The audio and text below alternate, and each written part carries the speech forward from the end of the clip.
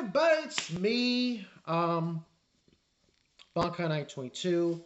So, the winter season is pretty much done.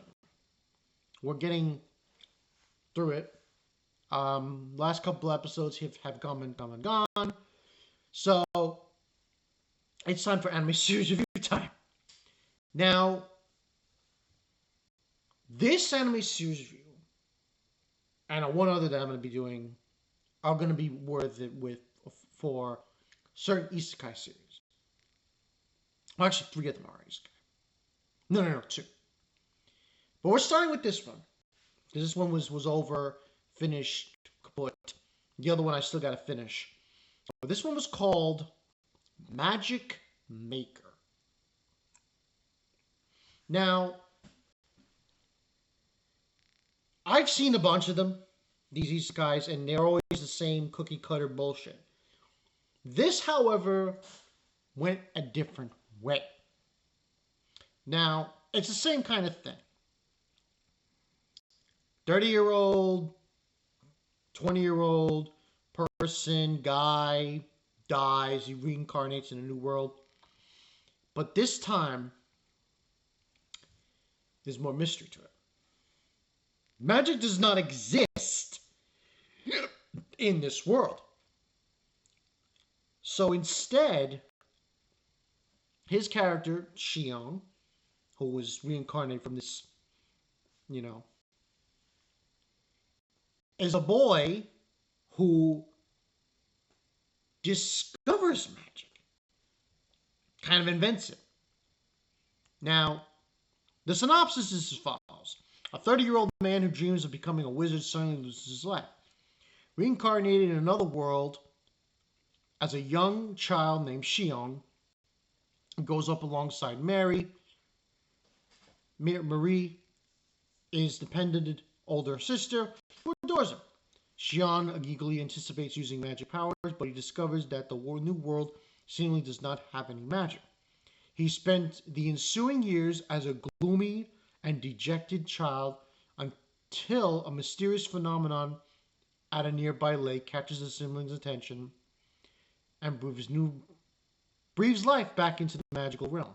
While experimenting the peculiar light emanating from the water, Shion finally confirms that magical energy does exist. It may be convenient for anything just yet, but Shion devotes his time to studying the anomaly, determined to uncover all existing wonders in his quest to make magic. That's exactly what happens. This is a very interesting story. It's not the same bullcrap that, comes along. Now, rating-wise, I wouldn't go so far as to say, a perfect 10 out of 10 now. But I do think it's better than the usual Isekai schlock that we get. So, yeah, basically he learns. It's interesting because he's basically learning magic through anomalies with the lake. And it goes from him acquiring magic energy to using it in different ways, to different types. Very intricate.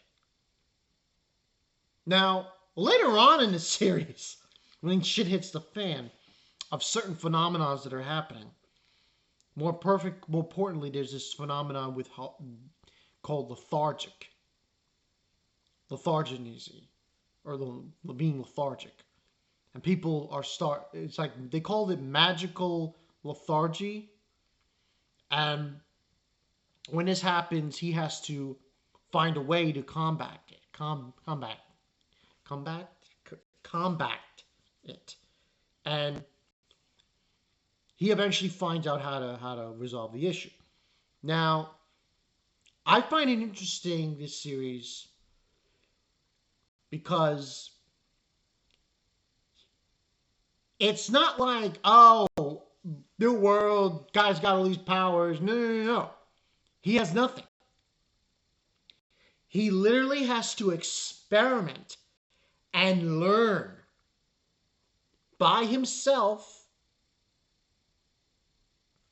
how to create magic, which astonishes me. Now, later on in the series, like episode 10, 11, 12, things get really heated when certain enemies show up and he finds out who he really is in this new world. So, but it's an interesting series of how it produces this concept as we go further in and further in and further in. There's some heartstring moments, with him, his sister, his parents, here and there. But I find it to be a breath of fresh air. I'm going to give this not too high. I don't think it's 10 out of 10 worthy, but I definitely think it's at least an 8.5 out of 10. I think it's good. I think it's a very good Isekai series that I think a lot of people should be taking a look at. At least giving it a shot in. Because it is very intriguing with how they go about telling the story, how he creates the magic. There's actually even a little tidbit where he actually has to use something called lightning ore. Excuse me. Lightning ore in order to create lightning bolts. A spell called bolt, which he uses, through the lightning ore. It's like, holy shit. And he goes into different types of magic. It gets really intricate. So, if you get a chance, go see it. Go watch Magic Maker. It's not. It's an interesting concept to me because it makes you want to watch it just to see how he creates this one, how he creates that one,